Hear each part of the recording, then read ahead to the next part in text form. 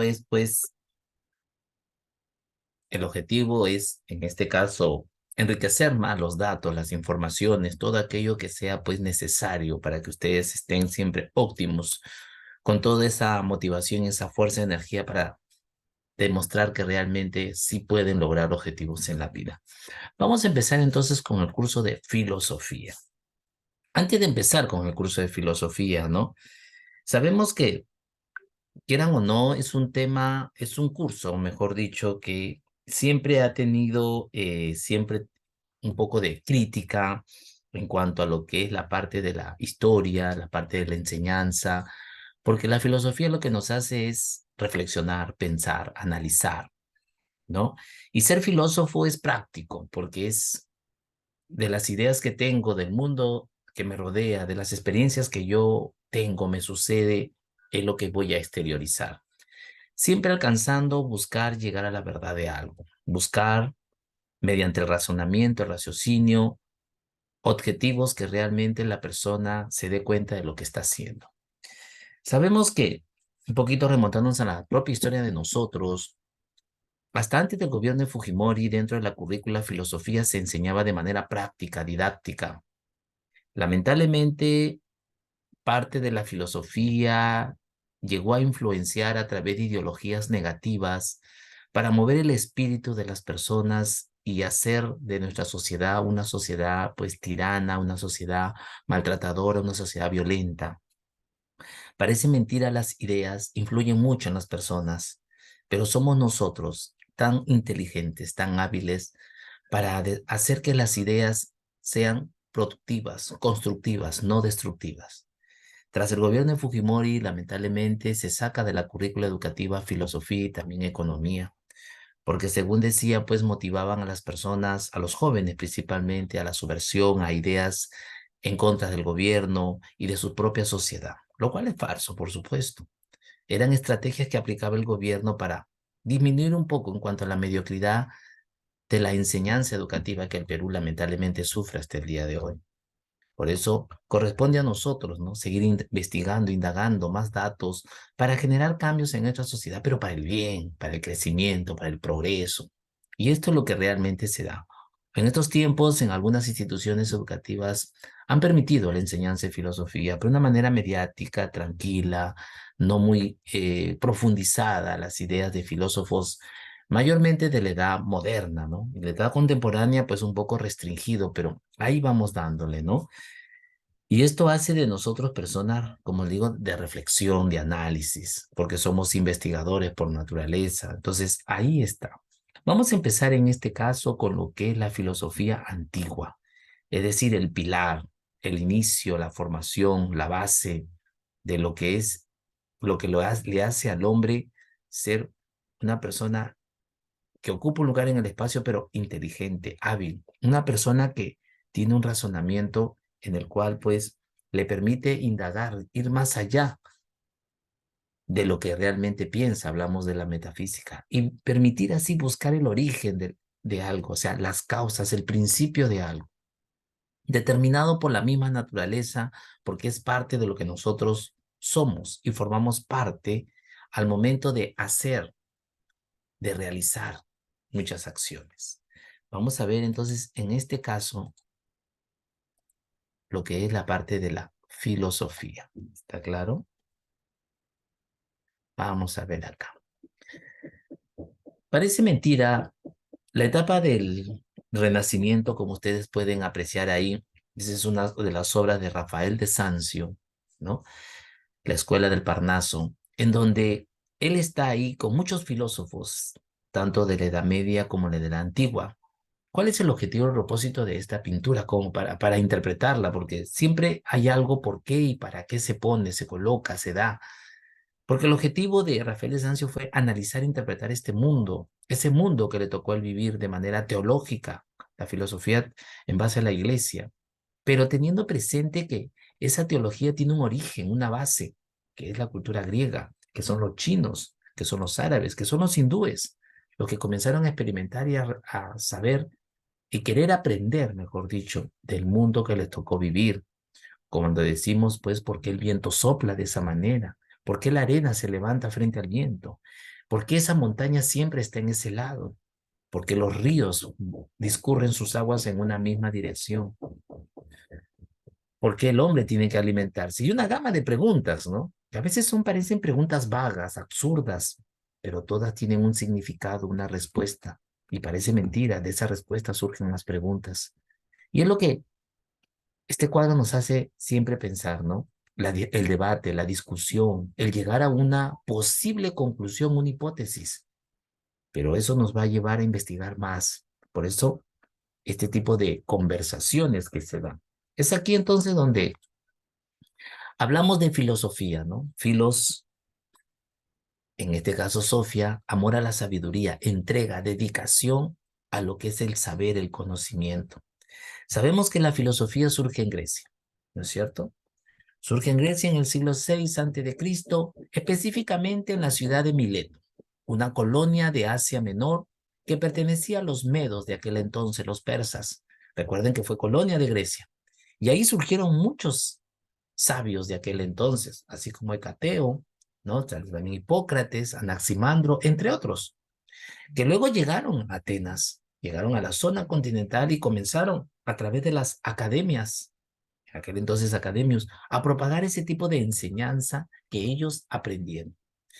Estos sabios de aquel entonces, pues, aprendieron del mundo a través de la investigación, a través de la observación, a través del análisis, a través de datos e informaciones que recaudaron de los hindúes, de los mismos sumerios, de los persas, ¿no? De los mismos chinos. Entonces, al recabar todo este tipo de información y la recopilaron, la juntaron, como dice la palabra, esto hizo que realmente ellos propagaran estos datos, estas informaciones a aquellos jóvenes curiosos, aquellos jóvenes que también tuvieron esas dudas, esas perspectivas de querer saber más allá de lo que comúnmente les habían enseñado. Recuerden que las sociedades en aquel entonces eran machistas, entonces eran preparar a los varones, ¿no? Mujer dedicada al hogar, pero bueno, eran normas de aquel entonces. Lo que llevó consigo entonces a la filosofía posteriormente darle un concepto, ¿no? Que es una disciplina que consiste en el preguntar para llegar a la verdad de algo mediante el uso de la razón. Ustedes saben que el máximo representante de la razón es René Descartes, ¿no? Con su frase, cogito ergo sum, quiere decir, pienso, luego existo. Lo que nos hace a nosotros sacar conclusiones. Recuerden que para la filosofía no hay respuesta errada o equivocada. Hasta la respuesta mal planteada tiene una respuesta, tiene solución. Entonces, acepta todo, porque es una disciplina. ¿Y qué es una disciplina, no? Es se puede decir, un conjunto de datos, un conjunto de informaciones que busca detalladamente o de manera explícita encontrar una respuesta, encontrar conocimientos. ¿A través de qué? De la conducta de la persona, el control de las emociones, de las responsabilidades, porque es parte de lo que la disciplina nos enseña, nos hace, ¿no? Y esto a nosotros pues nos permite saber y conocer cada vez más. Por eso los inventos de hoy en día. Recuerden, los inventos fueron realizados por gente que en ese momento estaban ociosos, flojos, no estaban haciendo nada. Se les vino las ideas a la mente, lo plasmaron en un papel, lo escribieron, las fórmulas, los dibujos, los diseños, luego lo hicieron en maquetas, luego lo experimentaron, lo probaron, lo plantearon a personas, a instituciones, a empresas, y hoy tenemos esos inventos. Cosa de locos, pero está con nosotros. ¿Está claro? La filosofía entonces de esta manera permite así, ¿no? Descubrir este cosmos, este mundo, ir más allá de lo infinito, ir más allá de lo que el hombre se pone un límite. Esto es lo que nos ayuda a la filosofía. Recuerden bien, la filosofía no es ciencia, la filosofía es disciplina, control de la persona para alcanzar un objetivo, una meta a través de datos, informaciones, ya que la ciencia sí es conocimiento que pasa un proceso de observación, de experimentación y luego la hipótesis para llegar a una conclusión. Entonces, donde termina la ciencia, comienza la filosofía. Entonces, la entrega, la dedicación, el amor a esa sabiduría, ese conocimiento es de manera constante. cada día hacemos nosotros esto. Lastimosamente, el ser humano se equivoca. El ser humano tiene debilidades o falencias y esto lo lleva a cometer torpezas, a cometer delitos. Y parece mentira, luego se arrepiente. O otros dicen, qué bien que lo haya hecho. Parece mentira, eso es filosofar, es sacar conclusiones. La persona siempre está dispuesta de esta manera a dar soluciones en el presente porque ha tenido experiencias ya vividas, pasadas, y que para el futuro, si se repiten, ya saben cuáles son los resultados. Y si no se repiten, serán nuevas experiencias. Ustedes, por ejemplo, de esta manera, que van a hacer de forma constante trabajos, ¿no es cierto? Y estos trabajos te van a llevar a investigar. Es aquí donde realmente a ti te permite de esta forma llegar a posibles conclusiones de esta manera. La filosofía antigua de esta forma se inició entonces con los sabios, aquellos hombres que por supuesto algunos dejaron datos, informaciones, escritos, otros no, a través de sus discípulos, que fueron los que transmitieron estas informaciones, nos dan a conocer realmente quiénes son estos señores. Entonces, la filosofía en la antigüedad se basó mucho en el reflexionar, en el pensar del mundo, el cosmos que nos rodea. Y ese mundo, ese cosmos significa orden. ¿Qué es el orden? Viene de las, como dice la palabra, poner las cosas en su lugar, ¿no? Porque están desordenadas, están mal distribuidas. Quiere decir que los pensamientos de los hombres estaban un poco equivocados. Hay que ordenar las ideas para que el hombre exprese una idea adecuada. ¿Está claro? Y esto permite en nosotros, como parte de este universo, también ordenarnos, comenzar con nosotros mismos, ya que la filosofía antigua se basó en el ser, la esencia de la persona. Ese ser que viene a ser tu yo, tu persona, tus sentimientos, tu temperamento. ¿Está claro? Eso que está en ti. Entonces, uno tiene que interiorizarse, investigarse más, saber cuáles son tus miedos, saber por qué obtuviste tus logros, saber por qué actuaste de esa manera, saber y reconocer cómo vas a actuar y cuáles son las consecuencias. Ese es el ser, la esencia. Y parece mentira, todo tiene un origen, un principio, una causa que lo origina, un lugar en el cual se inicia y eso prosigue. ¿Está claro? Y esto nos hace siempre a nosotros pensar. Por eso les digo, la filosofía es el preguntar y el preguntar. Es, por ejemplo, cuando tú te levantas, abres los ojos en las mañanas, estás en tu camita, a veces un poquito de frío, a veces un poquito de calor, el clima todavía está inestable, abres los ojos y dices, uy, ya amaneció. Ay, un ratito más. Uy, otra vez a la academia. Ay, tengo que hacer. ¿Por qué amaneció? Comenzamos a decir una gama de cosas. Eso parece mentira, es filosofar. Es decir, estoy queriendo de esta manera escapar a mi realidad, pero a la final la tengo que hacer. Tengo que seguir ordenado. Tengo un horario, un itinerario también. Entonces tengo que respetar, porque es parte de la disciplina que nosotros hacemos. A veces no tenemos ánimos, pero tenemos que tenerlo, como sea, porque es parte de nuestra responsabilidad. Aunque a veces hay momentos en que esos desánimos nos llevan a no hacer nada. Bueno, como decimos siempre, el día hay que aprovecharlo al máximo, como si fuera el último día de nuestra vida, porque mañana no sabemos qué nos puede pasar. Entonces, es aprovechar lo que se da. Estos sabios entonces manifestaron que la esencia del hombre, el ser, aquel que el hombre lo que quiere descubrir para saber qué es, pues se encuentra en el cosmos, en la naturaleza. Y esta naturaleza prácticamente nos permite a nosotros ubicarnos en este espacio para que las ideas sean adecuadas según lo que queremos. Quiere decir que si yo quiero prepararme una mazamorra, un arroz con leche, necesito los insumos, ¿no es cierto? Entonces, al tener los insumos, yo preparo. Lo que voy a hacer es, ¿qué voy a comprar? ¿Cuáles son los materiales? Ahí estoy filosofando. Encuentro los materiales, por supuesto, comienzo a preparar y luego voy a saborear. El hecho de deleitarme con ese postre es filosofar. Luego, una vez satisfecha, la persona comienza de esta manera a decir, bueno, logré, qué rico salió, se me pasó el azúcar, le faltó azúcar, etcétera de cosas. Y comienzan las críticas. Y esas críticas es parte de la filosofía. Y ahí está, en la naturaleza. Sabemos que la filosofía, como les decía al inicio, se inicia en Mileto. Y el iniciador de la filosofía fue Tales. Por eso le llamamos como Tales de Mileto. Pero el máximo representante de la filosofía, o sea, el padre de la filosofía, fue Aristóteles. ¿Está claro? Y también considerado el padre de la lógica. Entonces, con Tales se inicia ya el proceso de preguntar, el proceso de analizar, interpretar este mundo, porque realmente la ciencia siempre nos deja dudas y la ciencia nos deja incertidumbre. Entonces, la filosofía es la que va a buscar posibles soluciones. Pero esa solución va a generar más dudas, más asombros, más incertidumbres y seguimos indagando y averiguando y averiguando.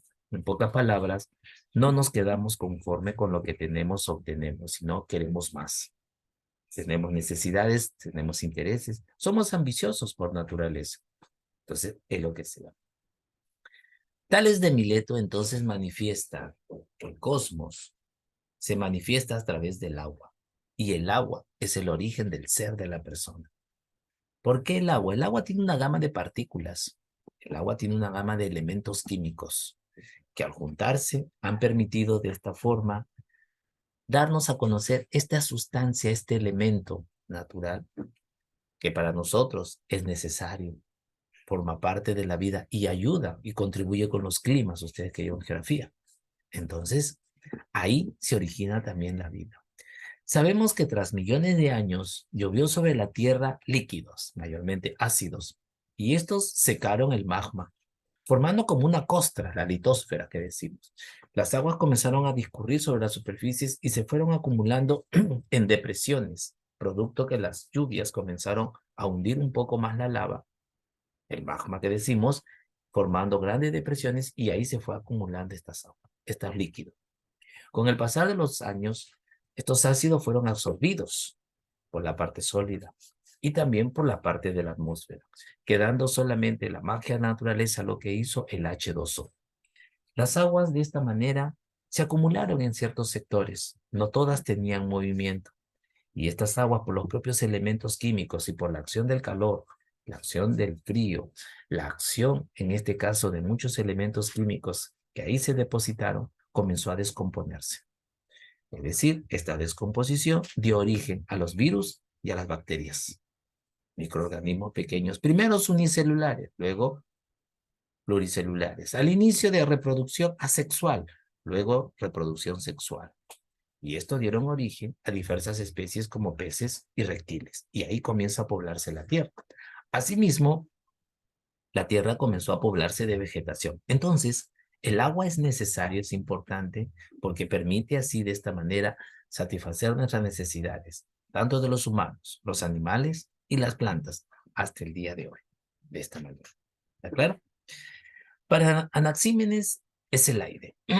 El principio de las cosas, el origen de todo está en el aire. El aire tiene una gama de partículas que son llevadas de un lugar a otro porque el viento, el aire levanta esas partículas y las va a trasladar. Al llevarlas a un lugar, estas partículas van a hacer un trabajo ahí. Van a depositarse, van a transformarse, y van a dar origen a vidas. Van a dar de esta manera origen a relieves. Entonces, esto ha permitido así que el origen del orden del mundo está aquí. ¿Está claro? Para Anaximandro está lo indeterminado, lo infinito, aquello que para el hombre es todavía un poco insólito, el llamado apegón, que es lo que realmente el hombre busca alcanzar en un momento determinado. Por eso hablamos de la metafísica, ir más allá de lo que realmente el hombre a veces ni piensa que va a alcanzar. Para Pitágoras, el origen, las causas, el principio está en los números. Recuerden, los números son símbolos, son signos que representan cantidades y las cantidades son los elementos de la naturaleza. Las cantidades es parte del cosmos, que hay que ordenarlas para poder nosotros obtener información de ellos y satisfacer nuestras necesidades. Por ejemplo, si nosotros decimos pues raíz cuadrada de 16, su resultado es 4. Pero esa es una manera abstracta de representación, ¿no es cierto? Pero si nosotros lo transformamos en elementos, decimos pues que la raíz cuadrada de 16 elementos viene a ser como resultado 4 elementos. Es como cuando en primaria o en iniciales enseñaron conjunto y les enseñaron con elementos materiales. La profesora, por decir, mostró imágenes de una manzana y otra manzanita. Y dijo, ¿y si junto las dos manzanitas, cuántas manzanas tengo? Dos. O sea, hay dos manzanas. A eso es lo que me refiero. Los elementos, combinados con las cantidades. Pero sacando las manzanas y nos quedamos con las cantidades, es lo que la matemática hoy en día, bueno, en secundaria se les sigue enseñando, la forma abstracta. Y recuerden, la filosofía tiene su apoyo en la matemática, porque la matemática lo que busca es el despertar de la persona para poder dar solución a los inconvenientes que se dan. Entonces, eso es lo que nos ayuda en la filosofía en cuanto a la matemática. Para Genófanes es Dios, dice, el único.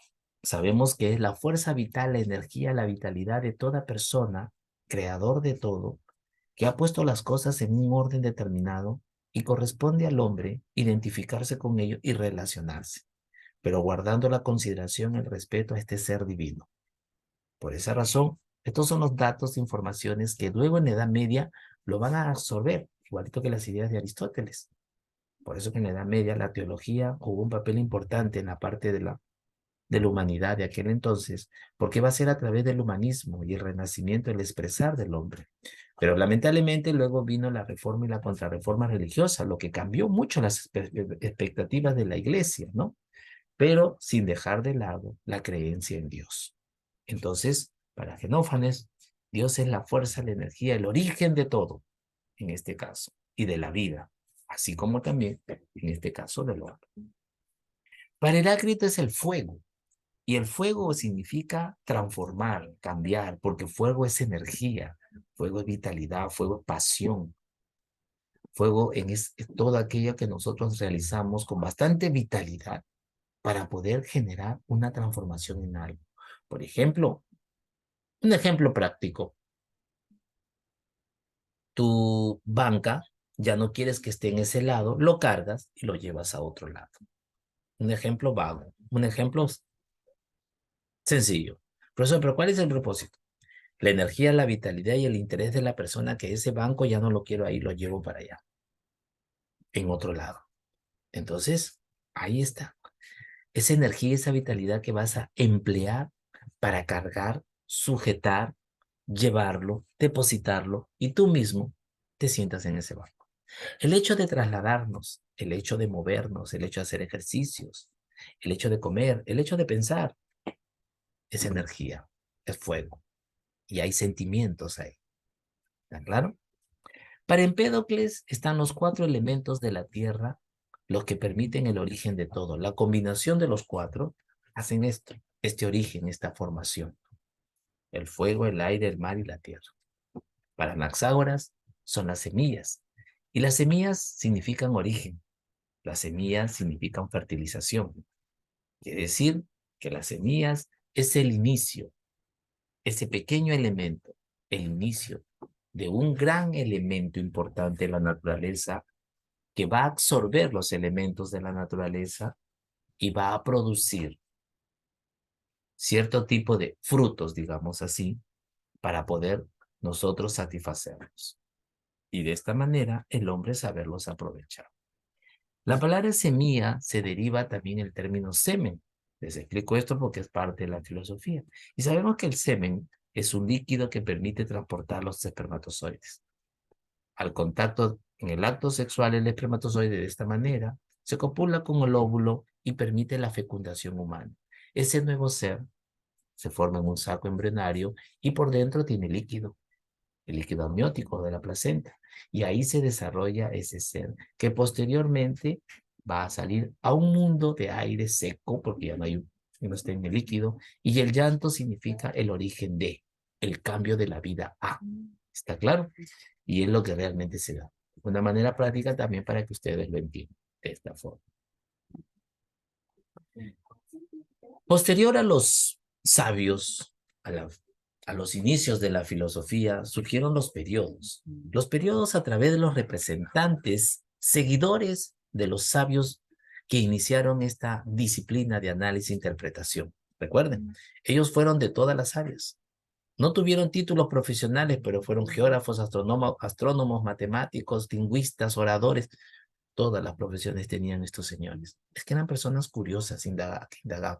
Hoy en día hay muchas personas en el mundo así. No todos tienen título profesional de una materia, una carrera que manejen. Tienen títulos de algo, pero no de todos. Pero se empapan, se relacionan con muchos, porque buscan indagar, averiguar.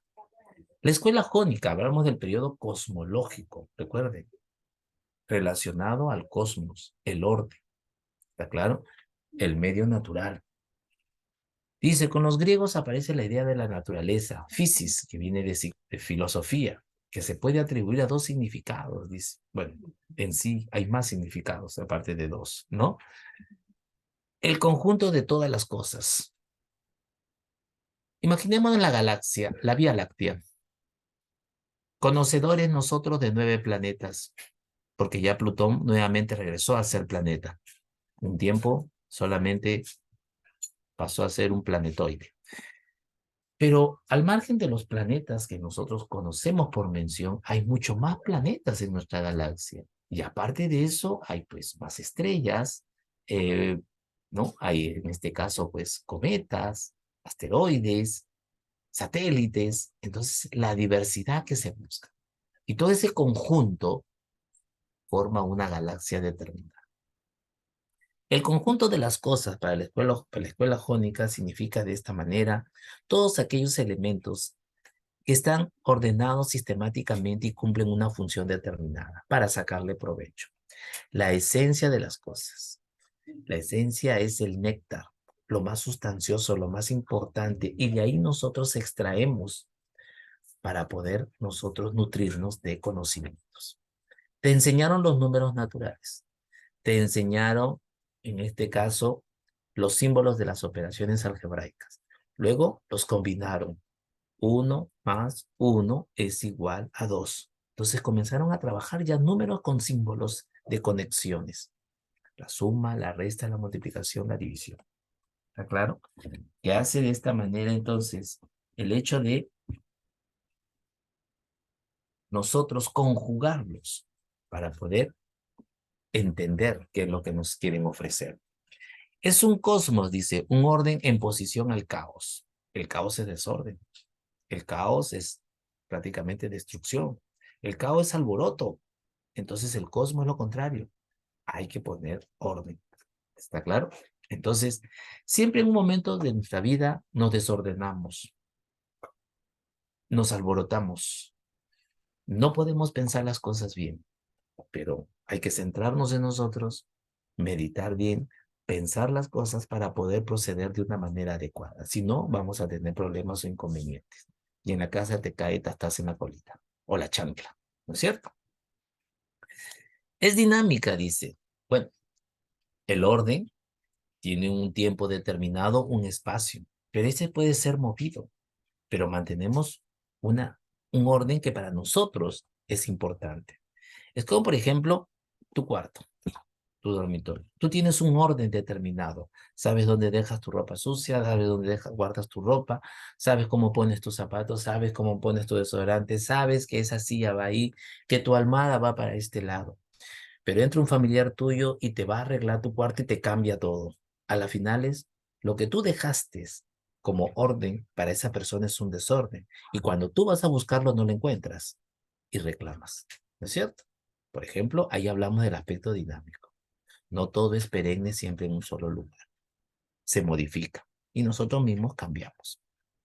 Presenta unos movimientos intrínsecos, una animación y leyes propias. Es propio del dinamismo. La primera escuela presocrática que encontramos es de los milesios, sobre el siglo 7 a.C.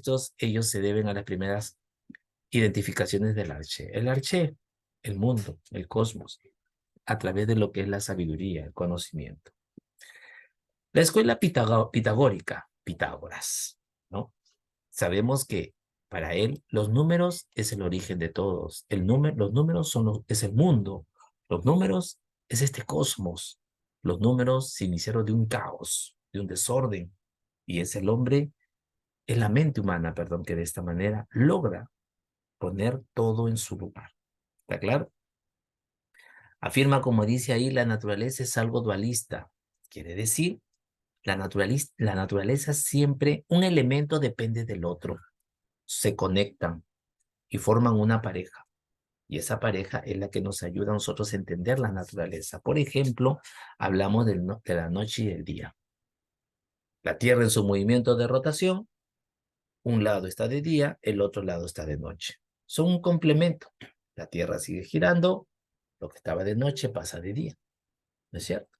Y es propio de esta manera que de la luz pasamos a la oscuridad y de la oscuridad volvemos a pasar a la luz. El día es la actividad y la noche es el descanso. El macho y la hembra, por ejemplo, ¿no es cierto? En este caso, por decir, pues, el agua y la tierra, el agua y el suelo, por donde se va a desplazar. Entonces, esa conexión que se da, ¿no? Entonces, quiere decir que el apareamiento de los elementos permiten determinar en nosotros las cantidades que queremos. Y es lo que realmente se va dando. La escuela eleática, con Parménides de Elea, por eso eleática. Elea es el lugar donde este señor vivió. Lo que es, existe. Lo que no es, no existe. Me dice, obvio, pues, profesor, ¿no? ¿Qué más queda? Claro, nosotros analizándolo de manera esporádica, de manera como lo estamos viendo, tengo que decir, pues, si este lapicero está conmigo es porque existe, pues, ¿no? Si yo no tuviera un lapicero, pues, no existe, ¿no? Obvio. Entonces, ¿cómo realmente nosotros vamos analizando? Por eso le digo, son términos a veces un poquito vagos, son términos un poquito como que como decimos en términos de sociales, algo sonso, ¿no? ¿No, profesor? Sí, es entendible tu expresión, pero parece mentira. Esto nos lleva a razonar, esto nos lleva a meditar, porque lo que está aquí es para algo, existe por algo, es para darle un uso de adecuado y dependiendo de la utilidad que yo lo quiera hacer en un momento determinado o a posteriori. Lo que no tengo, ¿está claro? En un momento lo voy a necesitar, entonces tengo que salir a buscar, tengo que elaborarlo, tengo que crearlo, tengo que adquirirlo, tengo que comprarlo. Eso es lo que pasa. Entonces, esta es la interpretación que hacemos a estas dos frases que Parménides hablaba. Llega, sin embargo, a unas conclusiones bastante peculiares, dice ahí. El movimiento no existe. Algo paradójico, ¿no? Porque se supone que movimientos hacen actividad, puesto que es el cambio de una cosa que es otra que no es o viceversa. Quiere decir que si nosotros de esta manera buscamos alterar un orden, pues va a generar un desorden, ¿no es cierto? Entonces, este señor habló del orden, solamente el orden. Si las cosas están ahí, ahí tienen que estar, porque es la forma como nosotros nos vamos a familiarizar. Imaginémonos un cerro, una colina en una zona determinada que por años ha estado ahí. Se inicia la vida urbana y esa colina comienza a ser derruida con maquinarias. ¿Está claro? O sea, la colina va a ser movida. A las finales quedó terreno plano. Entonces, es aquí donde, de esta manera, se va a generar un desorden. Entonces, ya no está lo que queremos. Y la naturaleza para nosotros ha cambiado de esta forma. ¿Provocado por quién? Por el hombre. Si hablamos de la propia naturaleza, las lluvias constantes en la sierra, por ejemplo, producen deslizamientos de tierra, no huaicos, sino deslizamientos de tierra. La tierra se humedece tanto que llega poco a poco a ser fofa, blanda, esos grandes cerros. Llega un momento en que ese cerro comienza la tierra a descender. Y llega otro momento en que la tierra va a descender, pero con fuerza. De lo que era un cerro, se desprende la tierra y arrasa con todo lo que encuentra a su paso. Deslizamiento. Y este cerrito quedó solamente una parte. De lo que era esta forma, se desliza todo y quedó una parte, como una media luna. El resto es tierra arrasada. Miren cómo realmente sucede. La diversidad no existe porque si existiera más de un ser, uno no sería el otro y el otro no sería el primero. ¿Esto qué quiere decir? Que somos únicos. Nosotros somos realmente Personas que nos caracterizamos por nuestro individualismo en cuanto a la conducta. En el físico nos podemos parecer a algunas personas, pero en el aspecto conductual, en el aspecto psicológico, sí somos uno. Entonces, ¿esto qué hace, no? Que realmente la variedad está en lo que nosotros queremos, pero idénticos no son las cosas. Yo puedo observar dos lagunas y digo, bueno, las dos tienen agua, por supuesto, pero las dimensiones que tienen, la forma que tienen, las profundidades que tienen, son diversas, son variadas. El Arché será, por lo tanto, un ser inmóvil y único, es pues el único filósofo griego quien niega el movimiento. Algo paradójico, ¿no? Algo que a veces no nos cabe en la cabeza, pero decimos, pero todo se mueve, ¿no? Todo tiene que tener un cambio, sí, con el tiempo. Pero mientras esté ahí, es porque está existiendo. Anaxágoras, con la escuela pluralista, habla de las homeomerías, quiere decir en este caso el avance, mejor dicho, el conocimiento dado, la información necesaria. ¿Está claro? Según en este caso, este señor, pues, manifiesta que el mundo está conformado como partículas, aquellos elementos pequeños que al juntarse, al fusionarse, van a dar origen a un elemento más grande y fuerte. ¿Está claro? Generando así transformaciones en la sociedad. Es como el ser humano, formado por diversas células, que la unión de ellas forma los tejidos y estos órganos, y cada uno cumple una función. Y tenemos un cuerpo, un soma formado por sistemas, en este caso. Para Empédocles, como ya hemos visto de esta manera, los cuatro elementos importantes son necesarios para la transformación del mundo, para generar así de esta manera mayor información y ampliar nuestras ideas con respecto al filosofar de este mundo. El amor dice fuerza que une y el odio fuerza que separa. Exacto, ¿cierto? Prácticamente es la entrega, la dedicación, el esfuerzo, la comunicación, el afecto y es el rechazo, el repeler de esta manera a las personas frente a lo que realmente se vive. El periodo antropológico, hablamos aquí ya específicamente ya no solo de la naturaleza, aquí ya se refiere a la persona, nosotros. Pero, ¿qué es de la persona? Su mundo interior, su ser, su esencia. Aquí destacan los sofistas, considerados sabios, pero eran sabios bastante especiales, se dice la palabra, porque estos sabios se basaron mucho en el aspecto de la ciencia y la filosofía no va con la ciencia, sino cuando termina la ciencia. Por eso algunos los consideran los falsos sabios, ¿está claro? Porque ellos pues, se basaron primero en el estudio de las ciencias para luego incluir ahí la filosofía y enseñarla. Un poco como que confundieron a las personas, pero teniendo como base la naturaleza, decía, nosotros estamos aquí con un propósito, pero el hombre tiene que saber ciertos datos que ha salido de los conocimientos de las personas. La retórica, por ejemplo, el arte de hablar, de expresarse, dialogar, el derecho, por ejemplo, el acto por el cual uno busca lo que es la justicia, practicar en este caso los valores, la moral, que viene a ser la conducta, ¿no? La actitud que tenemos frente a los grupos y la política, que es gobernar, dirigir y en un orden determinado. Entonces, ahí, haciendo estos actos, ellos aplicaban la filosofía. Quiere decir que el político dirigía, ahí estaba filosofando. El hombre que hablaba que quería justicia, el hombre que quería que decía, pues, que se haga responsablemente los actos, ahí estaba aplicando filosofía. Son los primeros profesionales de la enseñanza, dice, porque ellos comenzaron a propagar. Más adelante, con Roma, se propagó mucho más todavía esto. Se basan en dos principios. El escepticismo, de esta manera, que habla que el conocimiento o la verdad no existe, o sea, no se alcanza el conocimiento.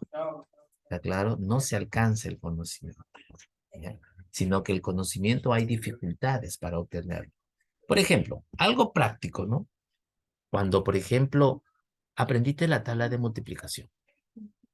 Aprendiste el 2, el 3, el 4, el 5, con fuerza, con esfuerzo el 6 y no completaste la del 7.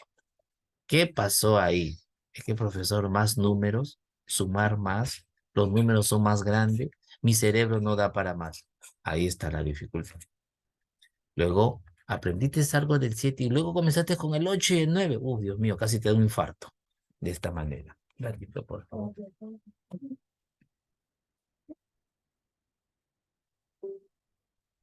Ah,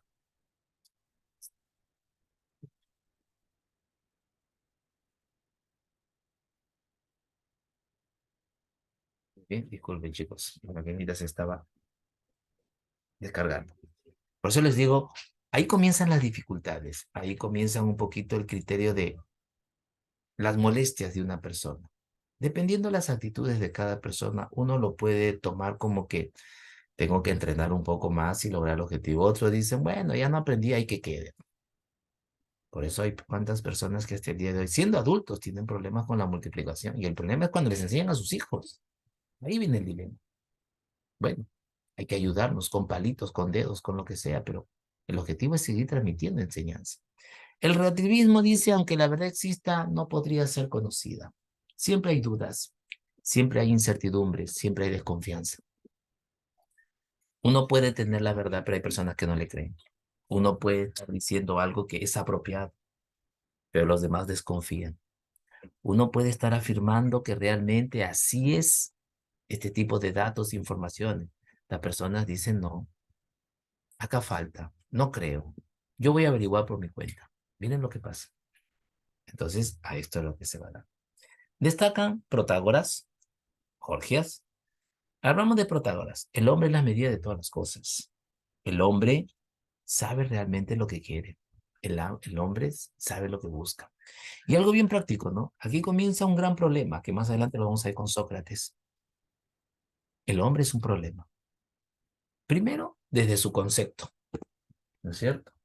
Ese concepto en el cual, pues, no se llega a definir realmente qué es. ¿Está claro? Pero bueno, circunstancias que llevan a decirnos a nosotros y complacernos en el momento, porque podemos nosotros decir de esta manera que el hombre es racional, el hombre es humano, el hombre es pensante, el hombre es biológico, etcétera.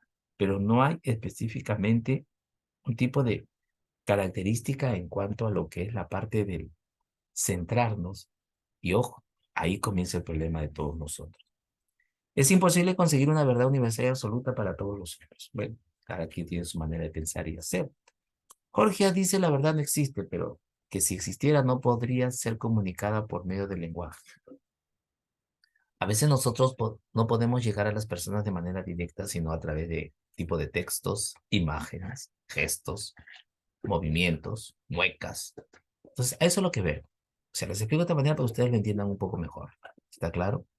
Entonces, a veces nosotros queremos fingir algo de lo que nos está pasando, pero las personas a veces son tan hábiles que sacan, se ven, sienten el sentimiento de esa persona y le van a decir, tú no estás bien.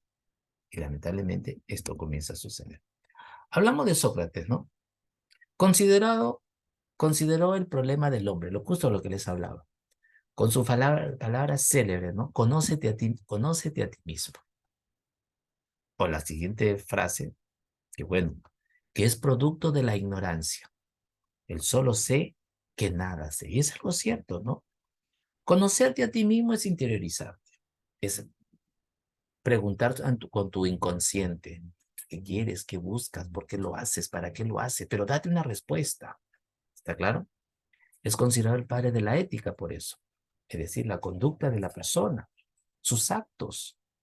Porque hay personas que a veces tienen reacciones y no se dan cuenta de lo que están haciendo. Y dicen, "Ah, Dios mío, yo lo hice".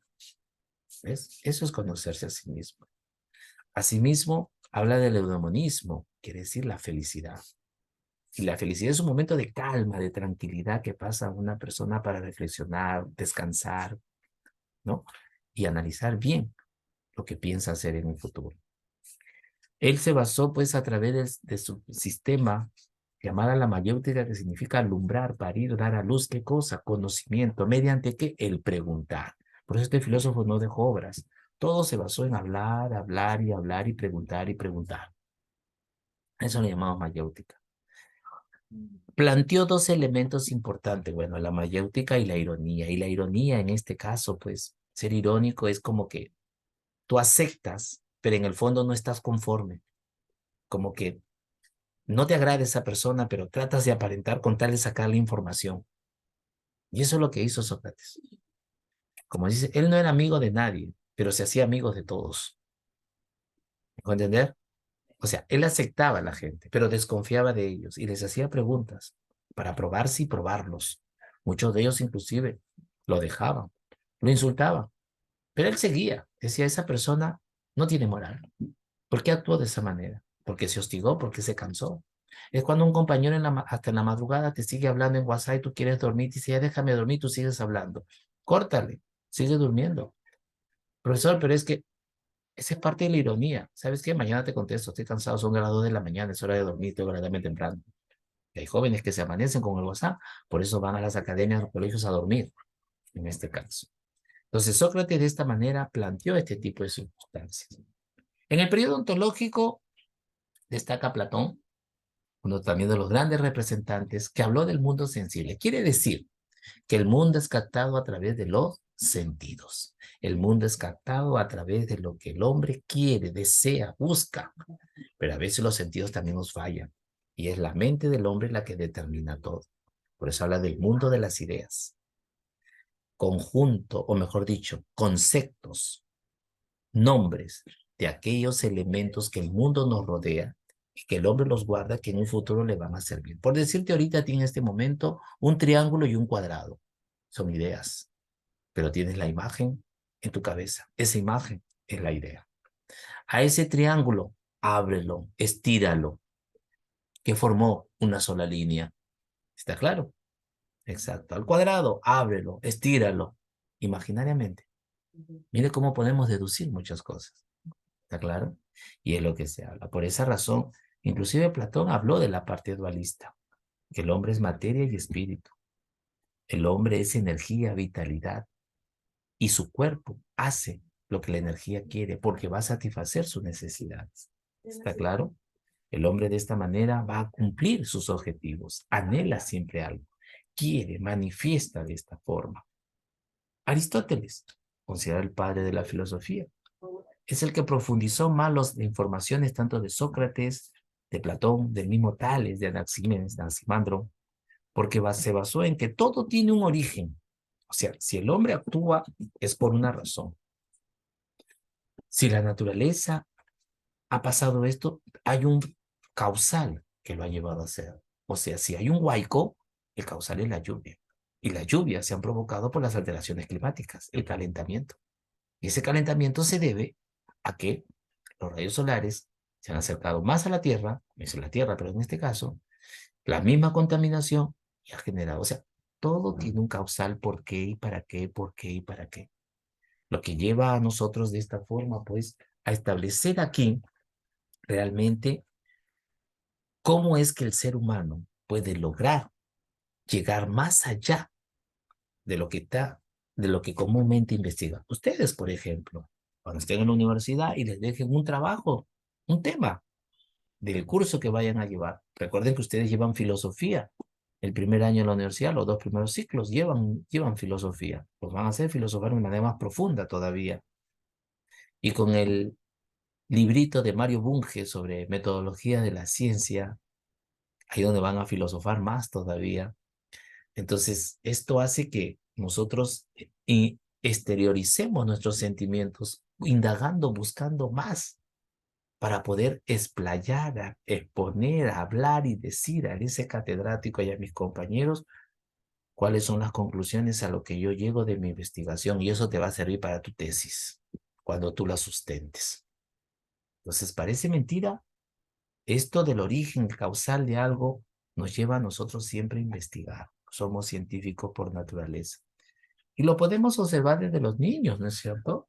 El mismo adulto, cuando algo le llama la atención. Y ustedes saben que lo prohibido es lo que más nos gusta, es lo que más se nos pega, es lo que más queremos hacer. Y lo que nos ofrecen así en bandeja de plata o de oro, no queremos. Porque dice, por algo nos van a dar. No, yo no quiero. Pero si te dicen, eso no comas, eso no agarres, ahí no vayas, nosotros lo hacemos, porque tenemos esa curiosidad por naturaleza. Y por el otro lado, la desconfianza. Lamentablemente esto lleva consigo pues a nosotros, ¿no? A establecer aquí lo que queremos en este mundo. Esto es lo que nos enseña la filosofía, muchachos. Por eso, voy a repetir, hay que tener la mente siempre amplia. Siempre se va dando en este caso. ¿Está claro? ¿Qué es lo que realmente se da? Yo sé que algunos jóvenes han entrado un poquito tarde. La academia también ha explicado, ¿no es cierto? A ustedes los evalúan con todos los cursos, asignaturas que ustedes llevan. ¿Está claro? Y filosofía de esta manera les viene entre 2 a 4 o 5 preguntas según las áreas, pero mínimo les vienen 2, hasta los de medicina vienen 2. Los que van a economía, los que van a derecho, los que van a administración, los que van a psicología, los que van a educación, les vienen entre 4 a 5 preguntas de psicología. Los que van a ingeniería, los que van a medicina, les viene 2. O sea, siempre les va a venir filosofía. ¿Está claro? Y les explicaba por qué el objetivo de dar el tema de los cursos de filosofía, el curso de filosofía, perdón. Meditar, a investigar, a analizar. Esa es la característica. Sé, y esto es común, que la filosofía los cansa, la filosofía nos cansa porque es hablar, meditar, responder, decir, y eso quieran o no, como que nos hostiga, porque no tenemos esa costumbre de estar dialogando cosas que nos van a llevar a la parte científica, sino más bien estamos acostumbrados a dialogar nuestro mundo vulgar, nuestro mundo cotidiano, nuestro mundo mediático. O sea, la moda, cómo estás, mira la fiesta, te cuento, mira el chisme, bien el programa, tal. Eso. Quieras o no, ahí estamos filosofando. Pero en un mundo en el cual no nos compete a nosotros. ¿Por qué no filosofas tu vida? ¿No? Ah, no, profesor, porque esa es mi vida. Exacto. Ahí viene el cambio. ¿Está claro? Y esto es lo que le hago, por eso les decía, a los que han entrado un poquito más tarde, cuál es la importancia de la filosofía y el proceso de la evaluación que se hace para un examen de admisión y el curso que van a llevar posteriormente en la universidad. A esto es lo que vamos. ¿Está claro? Muy bien. Tengo aquí también, vamos a ver acá, aquí está. Sí, de esta manera. Pasamos a ver su boletín. ¿Está claro? ¿Dónde estoy? Acá estás. Vamos a su boletín. Ahí está historia de la filosofía. Hablamos con la filosofía antigua, griega, en este caso. Y pasamos de esta manera a sus preguntas en la página 26. ¿Está claro? Muy bien. La número 1 dice, el Milesio Anaximandro planteó como principio primero de todo lo existente el apeiron, que se entiende por ello como lo indefinido. ¿Está claro? Besito. La respuesta, besito. Dice, complete para Heráclito, todo está en perenne y el principio que lo representa es.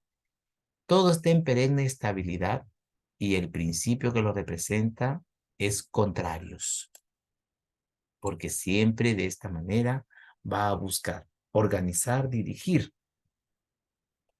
Una característica de los sofistas, los sabios de aquel entonces, en este caso, su relativismo nociológico. Nociología es conocimiento, recuerden, ¿ah? Nociología es conocimiento. ¿Cuál de las siguientes afirmaciones corresponde al movimiento sofista de la filosofía antigua?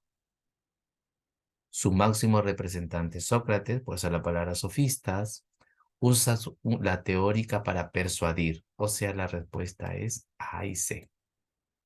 ¿Ya? A y C. El método socrático es comparable a la labor de una partera. ¿Está claro? Recuerden, alumbrar, dar a luz, ¿no? Entonces, estamos hablando de saca a la luz los conceptos que ya existen en uno mismo. Lo que ya llevamos por dentro, lo que ya tenemos, producto de las experiencias, ahora lo exteriorizamos. Puede ser diálogos, puede ser conductas, puede ser acciones, dependiendo. Acción o reacción, autodefensa, etcétera. Es el planteamiento filosófico del periodo cosmológico ante la variabilidad y multiplicidad de los entes concretos. Los pensadores de esta etapa que buscaron aquí ser una manera idéntico, una entidad que asegura unidad, el principio de todas las materias, es decir, todas. Aquí son todas las anteriores. En las siguientes propuestas señala la que no es correcta. La filosofía surge como tradición del pensamiento mitológico de los griegos. Eso sí es cierto. Los antecedentes de la filosofía griega se hallan en la escuela de Mileto, el iniciador de la filosofía. Tales de Mileto afirmó que el principio es el agua. Ya les he hablado, ¿no? Pitágoras sostiene que la esencia de todo es lo indeterminado. Pitágoras habló de los números. Ahí nomás ya está la respuesta, miren. Pitágoras habló de los números. Entonces la respuesta es dedito, es la que es falsa. La existencia en actos, según Aristóteles, significa en este caso lo que existe, lo que es, lo que puede ser, lo que fue, lo que será. En este caso es lo que fue. ¿Está claro? Lo que fue. Casita.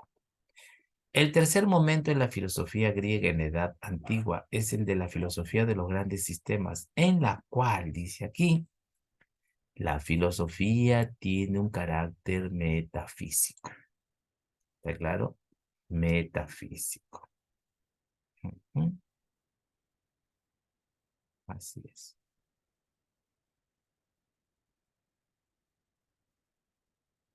Muy bien. ¿Alguna pregunta hasta aquí, jóvenes?